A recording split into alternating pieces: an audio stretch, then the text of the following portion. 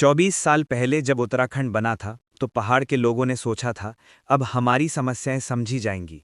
लेकिन सच्चाई ये है कि 2025 में भी पहाड़ का इंसान एक साथ दो मोर्चों पर लड़ रहा है। एक तरफ जंगल का बढ़ता खतरा और दूसरी तरफ सिस्टम की चुप्पी।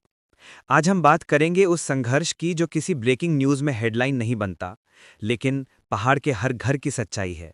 Human versus wild life conflict. Chamoli जिले के ऊंचे पहाड़ी गांवों में रहने वाले लोग आज भी हर सुबह इस डर के साथ घर से निकलते हैं कि पता नहीं वापस लौट पाएंगे या नहीं, या फिर रास्ते में मिल जाएगा कोई तेंदुआ, कोई भालू या अकेला और खतरनाक हिमालयी काला भालू। ये सिर्फ एक भालू का हमला नहीं, ये एक सवाल है उस सिस्टम से जिसने पहाड़ को इको सेंसिटिव जोन तो घोषित कर दिया, पर इंसान को सर्वाइवल सेंसिटिव जोन बनाकर छोड़ दिया। चमोली जिले के देवाल ब्लॉक में एक साधारण सा गांव, छोटी सी बस्ती, कुछ खेत, कुछ घास के ढेर और आसपास गहरे जंगल।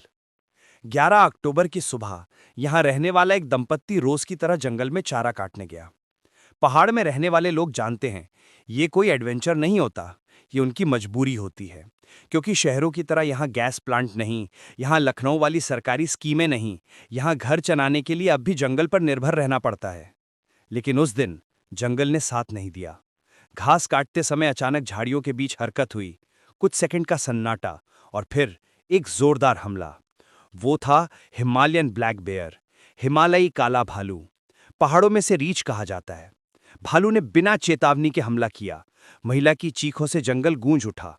उसके पति ने जान जोखिम में डालकर बचाने की कोशिश की, लेकिन वो गंभीर रूप से घायल हुई।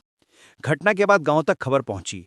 लोग दौड़े, लेकर अस्पताल पहुंचे और फिर वही पुराना पहाड़ी डायलॉग सुनने को मिला, हल्द्वानी रेफर कर दो, यहां इलाज संभव नहीं। सवाल है, ये सिर्फ एक परिवार की कहानी है? नहीं, ये उत्तराखंड के हजारों परिवारों की कहानी है जो हर दिन जंग लड़ते हैं, जंगली जानवरों से भी और सिस्टम की लापरवाही से भी। ये घटना कोई पहली बार नहीं हुई और दुख की बात यह है कि ये आखिरी भी नहीं होगी। क्योंकि ये समस्या किसी एक गांव, एक जिले या एक परिवार की नहीं है, ये एक सिस्टमैटिक फेलियर है। एक ऐसा संघर्ष जिसकी जड़ें पहाड़ की मिट्टी से लेकर सरकार की नीतियों तक फैली हुई हैं। और आज हम समझेंगे क्यों उत्तराखंड में इंसान और जानवर के बीच टकराव लगातार बढ़ रहा है। आखिर क्यों भालू, तेंदुए और जंगली सुअर अब गांव में घुसने लगे हैं? क्यों पहाड़ का किसान खेत छोड़ रहा है, गांव खाली कर रहा है और पलायन कर रहा है? और सबसे बड़ा सवाल, क्या डेवलपमेंट के नाम पर हमने खुद अपने लिए खतरा पैदा कर दिया?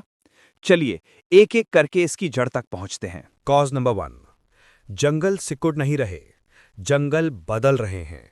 आपने कई बार सुना होगा डिफॉरेस्टेशन हो रहा है, लेकिन हिमालयन रीजन में असली समस्या उल्टी है, अनप्लान्ड एफॉरेस्टेशन। जी हां, पेड़ लगाए जा रहे हैं पर एक ही प्रजाति के, देवदार और चीड़। नतीजा, जंगलों में नेचुरल फ्रूट ट्रीज खत्म, भालू और बंदर को जंगली खाना नहीं मिलता और वो गांव में आके फसल और इंसानों पर हमला करते हैं। इसको कहते हैं food chain collapse. Cause number 2, इंसान जंगल में नहीं जा रहा, जंगल इंसान के घर आ रहा है। Road projects, dams, tunnels, hydro power, development की कीमत इकोलॉजी चुका रही है। वाइल्ड कॉरिडोर्स टूट गए। जो रास्ते जानवर सदियों से माइग्रेशन के लिए इस्तेमाल करते थे, वो अब कंस्ट्रक्शन साइट बन चुके हैं। तो जाहिर है confusion plus territory clash equals conflict. Cause number 3, empty villages are now wild life zones. पिछले 20 साल में उत्तराखंड में 1800 से ज्यादा गांव खाली हो चुके हैं। ये अब घोस्ट विलेजेस कहे जाते हैं। जहां इंसान था, वहां अब जंगली सुअर, भालू और तेंदुए पनप रहे हैं। यानी migration to abandoned land to wild life expansion. Cause number 4, policy made for forests not for people. Paper पे कंपनसेशन स्कीम्स हैं, ग्राउंड पे पीपल आर अलोन। किसी किसान की फसल जंगली सुअर उजाड़ दे, सोल्यूशन जीरो। भालू हमला कर दे, कंपनसेशन के लिए पहले एफआईआर, फिर वाइल्ड लाइफ विभाग, फिर मेडिकल रिपोर्ट, फिर तहसील, महीने लग जाते हैं। कौन लड़े ये बैटल? अब ये मत समझिए कि ह्यूमन वाइल्ड लाइफ कॉन्फ्लिक्ट सिर्फ उत्तराखंड या इंडिया की समस्या है। ये एक ग्लोबल इकोलॉजिकल क्राइसिस है, बस हर जगह इसके कारण अलग हैं। कनाडा में ये कॉन्फ्लिक्ट वूल्स और ग्रिजली बेयर्स के साथ होता है। अफ्रीका में ये लायंस, हाइनास और एलिफेंट्स के साथ। जापान में भी पिछले 5 साल से काले भालुओं के हमले बढ़ रहे हैं। सेम कारण, फूड शॉर्टेज इन फॉरेस्ट्स। और नेपाल में हिमालयन रीजन बिल्कुल उत्तराखंड जैसा है, प्रॉब्लम सेम, पैटर्न सेम। लेकिन उत्तराखंड में फर्क यह है कि यहाँ कॉन्फ्लिक्ट सिर्फ इकोलॉजिकल नहीं, सोशल और इकोनॉमिक क्राइसिस भी है। यहाँ वाइल्ड लाइफ और ह्यूमंस के बीच टकराव इसलिए नहीं बढ़ रहा कि जानवर डेंजरस हो गए हैं, बल्कि इसलिए कि उनका नेचुरल बिहेवियर डिस्टर्ब हो गया है। एग्जाम्पल समझिए, भालू नॉर्मली इंसानों से दूर रहते हैं, लेकिन जब जंगलों में उनका नेचुरल फूड कम पड़ता है, वो खेतों की मकई, मडुआ और फलदार पेड़ों की ओर अट्रैक्ट होते हैं। रात में इन्वेट करते हैं, सुबह विलेजर्स फील्ड्स में जाते हैं and suddenly face to face encounter, attack happens. Experts इसे कहते हैं डिफेंसिव अटैक, यानी सेल्फ डिफेंस में अटैक, नॉट हंटिंग अटैक। तो ब्लेम भालू पर नहीं जाता, ब्लेम इकोसिस्टम इम्बैलेंस पर जाता है। लेकिन दुख की बात यह है कि हर बार मरता इंसान ही है और मारा जाता है एरर ऑफ पॉलिसी। अब बात करते हैं असली मुद्दे की। क्यों ये समस्या 24 साल से कंट्रोल नहीं हुई? क्यों हर साल वाइल्ड लाइफ अटैक बढ़ते जा रहे हैं, कंपनसेशन फाइलों में दब जाता है और सरकार केवल अवेयरनेस कैंपेन चलाकर चुप हो जाती है? क्योंकि जो पॉलिसीज कागज पर बनती हैं, उनमें पहाड़ के इंसान की ग्राउंड रियलिटी शामिल ही नहीं होती। ट्रूथ नंबर 1, पहाड़ को इको जोन बना दिया पर ह्यूमन सर्वाइवल जोन घोषित नहीं किया। उत्तराखंड टूरिज्म के लिए खुला है बट सर्वाइवल पॉलिसीज के लिए नहीं। जंगल प्रोटेक्टेड है बट विलेजर की जान अंडर प्रोटेक्शन नहीं। Truth number 2, wild life law इंसान की रक्षा नहीं करता। अगर कोई इंसान भालू या तेंदुए से अपनी जान बचाते हुए पत्थर भी फेंक दे, कानून सेम इंसान पर ही केस कर देता है अंडर वाइल्ड लाइफ एक्ट 1972। तो पहाड़ी आदमी पूछता है, अपनी जान बचाऊं भी तो कैसे? Truth number 3, compensation is a joke.